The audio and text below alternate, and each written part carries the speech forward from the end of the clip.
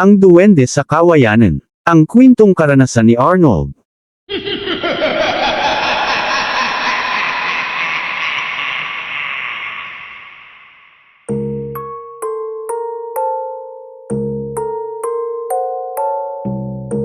Bago tayo magsimula, nais ko lang magpasalamat sa pagtangkilik nyo sa channel na ito. At kung nagustuhan nyo ang kwento na ito, huwag nyong kalimutan mag-iwan ng likes, mag-subscribe na rin kayo. Pakipindot na rin ang notification bell para kayo ang una na ma-notified sa mga bago kong post na horror story sa Bilog na Buwan Story. Maraming salamat po at magandang gabi. Dear Mr. Joe, kamusta na po kayo at sa mga listener nyo? Ako nga pala si Arnold, nakatira dito sa Leyte sa gilid ng dagat. Isang madaling araw, dumating ang isang malakas na bagyo sa aming lugar. Sa sobrang lakas ng bagyo, nasira ang ibang kabahayanan sa aming lugar at kasama na doon ang aming bahay. Kaya pagkatila ng malakas na ulan at hangin ay inutosan agad kami ni Papa na magtungo sa bukid sa kanyang mga magulang, para kumuha ng mga kawayan para makumpuni agad ang nasira naming kusina, dahil iyon ang sobrang napinsala sa bagyo. Mabilis naman kaming sumang-ayon. Kasama kong nagtungo ang kapatid ko na si Arnel at ang isa naming kabarkada na si Joshua. Maaga pa lang ay pumunta na kami sa aming lolo sa bukid, para kumuha ng mga kawayan at para makauwi kaagad sa lungsod. Ginamit namin ang motor ni Papa patungo sa bukid para makatipid. Pagkadating namin sa bahay ng lolo at lola namin ay naabutan namin sila lolo sa kusina na abala sa kanilang ginagawang pagkain para sa agahan. Mano po la, sabi ko pa sa bayo ko at kinuha ang kanilang mga kamay. Kamusta naman ang kalagayan nyo sa lungsod? Di ba kayo naapektuhan sa bagyo? Nag-alalang tanong pa nila lolo at lola. Sasagot na sana ako nang sumabat si Arnel. Nako po la, nawasak ang kalahating kusina namin. Kaya nga po kami naparito para kumuha ng mga kawayan. Sabi pa ni Arnel. Napakamot na lang ako sa ulo, dahil sa kanyang sinabi. Yun din sana ang gusto kong sabihin, kaso inunahan na ako. Akong ganun, kumain muna kayo bago kayo pumunta sa uma ng lolo nyo. Malayo-layo yung tiyak akong gugutuman kayo at mahihirapan sa pagpunta doon. Sabi pa ni Lola sabay lagay ng 3 plato sa lamesa. Kita ko pa kung paano napangiti ang dalawang matakaw. Napakabilis nilang umupo sa harapan ni Lolo habang kinuha ang mga plato na sa tapat ng mga ito. Nang napalingon ako sa pagkain na nasa lamesa ay bigla akong natakam. Paano pa naman kasi, sinangag na kanin na may maraming bawang at tinapa, may nakalagay pa na ginamos at tuyo na dilis sa gilid. Umupo na rin ako. Habang kumakain ay nagkukwentuhan na rin kung paano nga ba ang pumunta sa uma ni Lolo. Kumuha na rin kayo ng mga gulay doon. Basta wag nyo lang pitasin ang mga alanganin pang mga bunga, sabi pa ni Lolo samin. At wag kayo magpapagabi doon, dahil mahirap ang daan pauwi, dagdag pa niya. Opo saglit lang po kami doon, sabay pa naming sabi kay Lolo. Nagsimula na kaming nagtungo sa uma ni Lolo nang nasalubong namin ang pinsan namin na si Jomar. Insan san kayo patungo? Tanong nito samin. Sa uma ni Lolo, para kumuha ng mga kawayan at kukuha na rin ng mga gulay. Sagot ko pa sa kanya. Kabisado nyo ba ang papunta doon? Muli nitong tanong sa amin. Hindi muli ko pang sagot sa kanya. Bakit insan? Alam mo ba, muling sabat ni Arnel. Oo naman, ilang bisis na kaya ako pabalik-balik doon, minsan pa nga kasama ko si Lolo pagpunta doon para kumuha ng mga gulay, mahaba pa nitong sagot. Kung ganun pwede mo ba kami samahan papunta doon? Ilang taon na rin kasi na di ako nakapunta sa uma ni Lolo. At may nagbago sa daan, sabi ko pa sa kanya. Sige ba, basta may kapalit ha, sabi pa nito sakin. Napangisi pa ako dahil sa kanyang sinabi. Alam ko na kasi kung ano ang ibig niyang sabihin. Oo, isang malaking bilog, natatawang sabi pa ni Arnel. O siya, simulan na natin ang maglakad para makauwi ng maaga. Para maaga din tayo magsimula sa walwalan, sabi pa nito at nagpatiuna na sa paglalakad. Nakatinginan kaming magkakapatid na may halong kapilyohan. Di namin inaasahan na malayo-layo na pala ang uma ng aming lolo. Malapit na magtanghali bago kami nakarating sa sinasabing lugar. Nakita ko kung paano napagod ang dalawa kong kasama. Paano pa naman kasi paakyat ang daan at pasikot-sikot pa, at isa pa madulas pa ang lupa dala sa mahabang ulan kagabi. Teka, pahinga muna tayo. Nakakapagod pala magpunta sa uma ni Lolo, reklamo pa nila Arnel at Joshua. Nako, ito palang pero sumuko na agad kayo. Huwag niyong sabihin baka pagkadating sa inuman susukwan niyo na agad ako, natatawang sabi pa ni Jomar kina Arnel. Ibang usapan yun insan. Natatawang sagot naman ni Arnel sa pinsan namin. Napaupo na rin ako, habang nakaharap sa pinsan namin. Insan, malayo pa ba? Tanong ko pa sa kanya. Malapit na, nakita nyo ba ang malaking puno na yan? May batis dyan, sa unahan lang ang taniman ng mga gulay ni Lolo, turo pa ni Jomar sa kanang bahagi ng pinagpahingahan namin. Kung ganun tayo na, para makaligaw na rin, sabi pa ni Joshua sabay tayo mula sa pagkakaupo mula sa katamtamang laki ng bato. Napatayo na rin kami at muling naglakad papunta sa tinuro ng pinsan namin. Marami na nga ang nagbago, lumawak na ang taniman ni Lolo at sari-saring gulay ang nasa kanyang taniman ngayon. Di din namin maiwasan humanga sa batis, napakalinaw, kahit katamtamang laki lang ito. Pero bago kami kumuha ng mga kawayan ay naisipan muna naming mag-ikot-ikot para maghanap ng gulay at prutas. Tayo na, maligo muna tayo dito sa batis, tignan nyo ang linaw-linaw. Natutuwang sabi pa ni Arnel, sumunod na rin si Joshua at naghubad ng damit. Napalingon ako kay Jomar, nakatayo lamang ito habang nakatingala sa may puno ng santol. Insan maligo muna kami ha, pagpaalam ko pa. Sige lang, pero wag lang kayo magtatagal dyan. Di tayo pwede maabutan ng gabi dito, sabi pa nito habang pilit na inaabot ang sanga ng santol. Muli akong napangisi, bago ako nagtungo sa batis ay tinulungan ko muna siya na abutin ang sanga ng puno ng santol.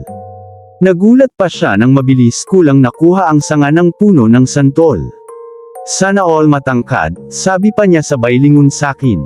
You're welcome, sabi ko na lang sabay baling kina Arnel na ngayon ay masayang lumalangoy sa batis.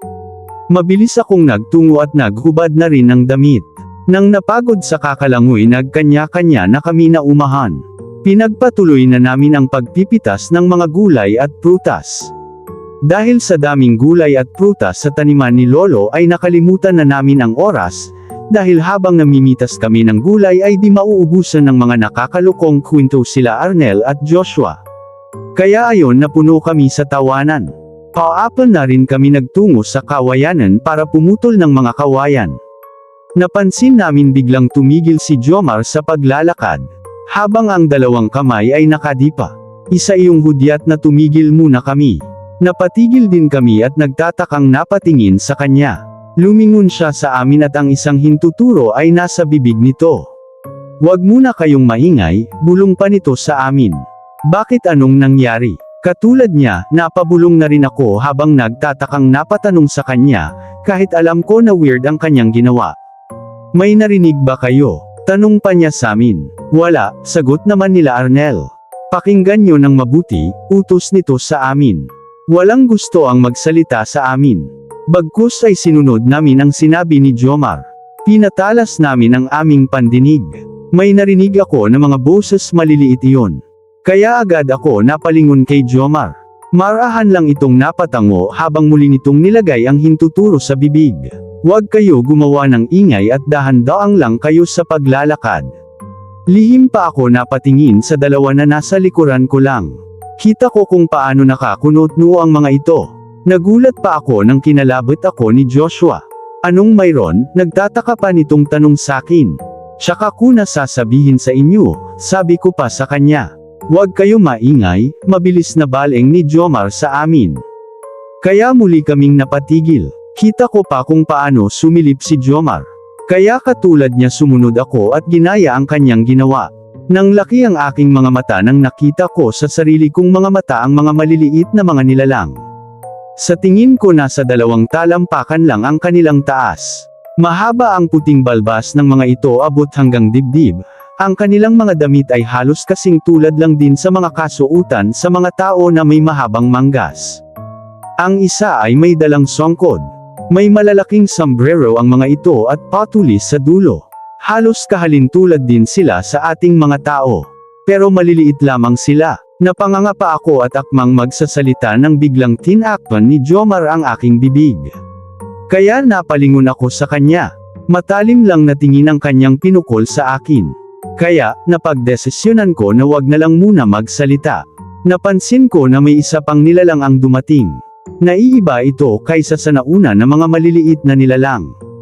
Kahalintulad lang din siya sa nauna kong nakita, pero mahaba ang kasuotan nito na kulay puti. Sa olonan nito may bulaklak na nakapal-ibat, may mga bulaklak din sa magkabilang braso at kamay. Nakita ko pa ang hitsura nito kahit na maliit lamang ito. Muli akong napanganga, napakaganda ng mukha ng maliit na nilalang, nakita ko din ang matulis nitong tainga. Di ko mapigilan ang pagtibok ng aking puso, na siyang pinagtakhan ko. Nagulat pa ako nang may sumigaw mula sa aming likuran. Duwende, duwende, sigaw pa nila Arnel. Mabilis na palingon ang mga nilalang sa aming direksyon dahil sa gulat. Napansin ko din na mabilis na patayo si Jomar mula sa aming kinatatayuan at lumapit kina Arnel at Joshua na ngayon ay takot na takot. Muli ako napalingon sa mga nilalang. Nakita ko pa na napalingon din sa amin ang babaeng duwende. Di ko alam kung bakit katulad ko, nakatitig rin siya sa akin. Saglit pa kami nagkatitigan nang bigla akong hinila ni Jomar. Nagtatakbo kami patungo sa taniman ng mga gulay ni Lolo. Totoo ba yung nakita ko? Mga duwende ba talaga ang mga iyon? Tanong nila Joshua kay Jomar. Oo, at mukhang may seremonya sila, seryoso pa nitong sabi. Kung ganun, matagal ka nang nakakita ng ganung mga nilalang. Manghang tanong ko sa kanya. Ito lang ang unang bises na makita ko sila sa malapitan, sagot pa niya sakin.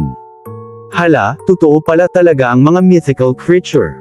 Di sila kathang isip lamang. Sabi pa ni Joshua habang umupo sa mabatong lugar. Tayo na, pahapon na, yaya pa ni Jomar sa amin. Pero, wala pa tayong nakuhang mga kawayan. Sabi ko pa sa kanya. Di tayo makakuha kung nandun sila, baka kung ano ang gagawin nila sa atin, dahil nagulo natin ang kanilang seremonya. Paliwanag pa ni Jomar sa amin. Bigla kaming napalingon kina Arnel at Jomar na ngayon ay matamlay na. Hoy, ayos lang ba kayo? Nagtatakang tanong ko pa sa kanila. Nakita ko na nakapikit si Arnel at patem ba na ito mula sa kanyang kinauupuan, kaya mabilis ko siyang nilapitan para alalayan. Nagulat ako nang hinawakan ko ang kanyang balat. Napakainit niya. Napansin ko napasigaw si Jomar. Napalingon kaagad ako sa kanilang direksyon. Mabilis niyang tinungo si Joshua. Nakita ko na nasa lupa na ito at nanginginig. Insan, ang init ni Joshua, sabi pa ni Jomar sa akin.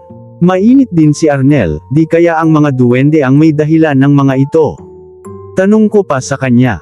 Natitiyak ako na sila ang may gawa, tayo na at uwi na muna natin sila sa bahay, sabi pa ni Jomar sabay buhat sa barkada namin. Nahirapan pa kami habang inalalayanan sila Joshua at Arnel patungo sa bahay nila Lolo, dahil napakalayo ng kabayanan mula sa uma ni Lolo. Pero tinitiis namin ang pagod at ang hirap, dahil nakikita namin na nanghihina na ng gusto ang dalawa. Arnel, Joshua, tulungan nyo ang mga sarili ninyo. Malapit na tayo sa bahay nila Lolo at Lola, sabi ko pa sa kanila.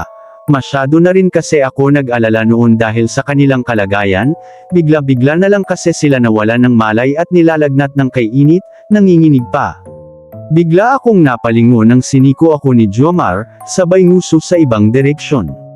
Nakahinga ako ng maayos nang makita namin sila Tito Norman at si Lolo, naglalakad ito patungo sa aming direksyon habang hila-hila ng mga ito ang dalawang kalabaw.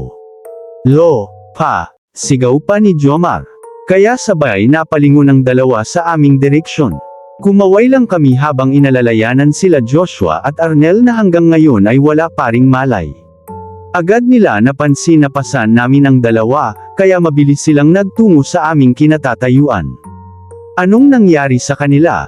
Tanong ni Lolo habang nagpalipat-lipat ito ng tingin kina Arnel at Joshua. Kaya napalingon ako kay Jomar. Dun ko na lang po sa bahay kwento ang nangyari sa kanila, sabi pa ni Jomar. Pinagtulungan namin isakay sa magkabilang kalabaw ang dalawa na wala pa ring malay. Nang nasa bahay na kami ni Lolo ay doon na nagkwento si Jomar. Naku Anastasio, nanuno ang mga iyan, sabi pa ni Lola kay Lolo. Napaisip si Lolo kung ano ang dapat gawin. Kunin na natin ang albularyo, suggestion pa ni Tio Norman. Wala dito ang albularyo ngayon, nasa ibang lugar at natitiyak akong nasa makalawang araw pa yun uuwi. E paano na po sila, pag-alalang ko pang tanong sa kanila. Di naman yan magagamot sa hospital kung dadalhin natin sila doon, sagot pa ni Tito Norman sa akin. Napahilamos na lang ako sa aking mukha habang nakatingin sa dalawa. Wala pa rin silang malay at halata sa mukha ng dalawa ang paghihirap. Kumagat na ang dilim at hindi pa kami dinalaw ng antok. Nang may narinig akong isang maliliit na sitsit, kaya nagpalinga-linga pa ako sa paligid kung ano yun. Pero wala naman akong nakita. Muli kong narinig ang maliliit na sitsit. Dito, sabi pa nito sakin. Kaya napalingon ako sa tanglad na tanim ni Lolo. Nakita ko muli ang maliit na nilalang, ang babaeng duwende, na ngayon ay iba na ang kasuotan nito. Ngayon nakaramdam na ako ng takot, baka kung ano ang gagawin niya sakin. Huwag kang matakot, di ako marunong manakit ng tao. Sabi pa nito sakin. Anong kailangan mo sakin? Nagtatakang tanong ko pa sa kanya. Alam ko kung ano ang nangyari sa mga kaibigan mo, sabi pa nito sakin sabay lingon mula sa aking likuran.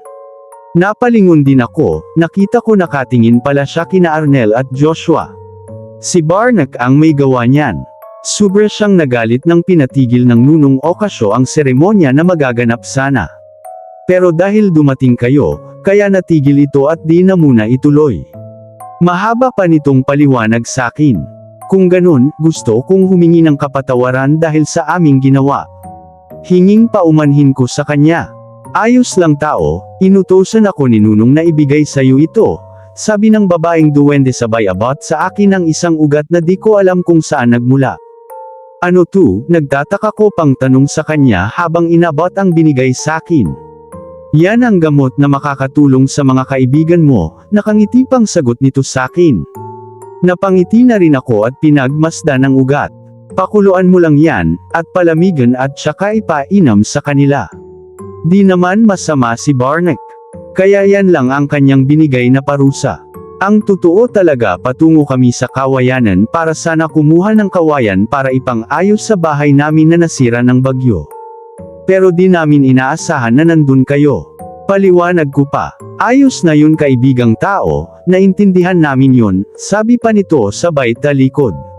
Kaibigan ang turi mo sakin, gulat kong tanong sa kanya.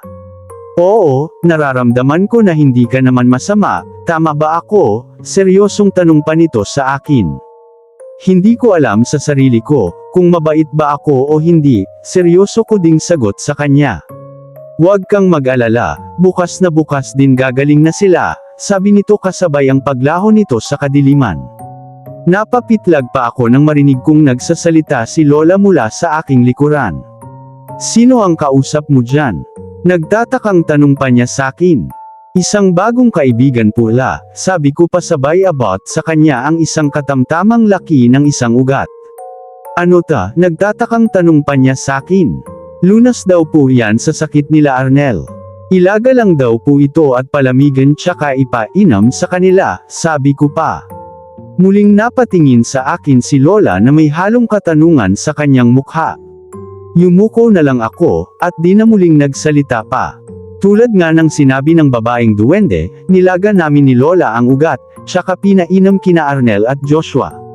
Kinabukasan ay muling bumalik ang kanilang sigla. Bumalik na rin ang pagkamadaldal ng mga ito. Hoy Arnold, ikaw ba ang kumuha ng mga kawayan kagahapon? Sabi pa ni Joshua sa akin na siyang pinagtataka niya. Ano bang pinagsasabi mo dyan? Sabi ko pasabay labas mula sa kusina. Natigilan ako nang nakita ko ang malalaking putol na kawayan na nasa gilid ng bakuran nila Lolo. Nagtatakang napatingin din sa akin sila Lolo at Lola. Kinuha mo yan ng mag-isa? Tanong ni Lolo sa akin. Di ko alam ang isasagot, kaya tumanggo na lang ako. Alam kong hindi sumang-ayon sila lola at lolo dahil sa aking sinagot. Sa mga tingin lamang nila sakin at alam kung papatayin nila ako sa mga tanong. Sumunod ka sa amin Arnold, utos pa ni lolo sakin at nagpatiuna na sila sa paglalakad patungo sa kusina. Kaya sumunod naman ako sa kanila patungo sa kusina at hinintay ang kanilang mga katanungan.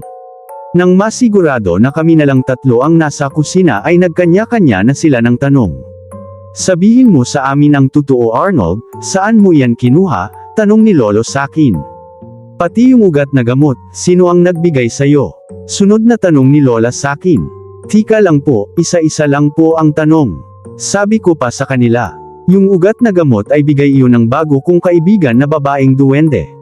Dahil daw sa ginawa nila Arnel at Joshua na pang-iingay sa seremonya nila ay nagalit ang isang kalahi nila. Kaya binigyan sila ng parusa. Nagpakita sa akin ang babaeng duwende at humingi ng paumanhin, dahil sa ginawa ng kanilang kalahi. Kaya ayon binigay sa akin kagabi ang ugat na gamot. Tapos yung mga kawayan naman di ko na alam kung saan nanggaling, sabi ko pa. Naku baka sa duwende din yun nanggaling, sabi pa ni lola sa akin. Mag-ingat ka lang sa kanila apo, nagkataon na mga mabubuting duwende ang nakita ninyo sa kawayanan, pero kung may itim iyon, tiyak akong di lang yan ang makukuha nila Arnel at Joshua kundi mahirap pa na parusa, sabi pa ni lolo sakin. Basta apo, mag-ingat ka din sa pagigipagkaibigan sa kanila.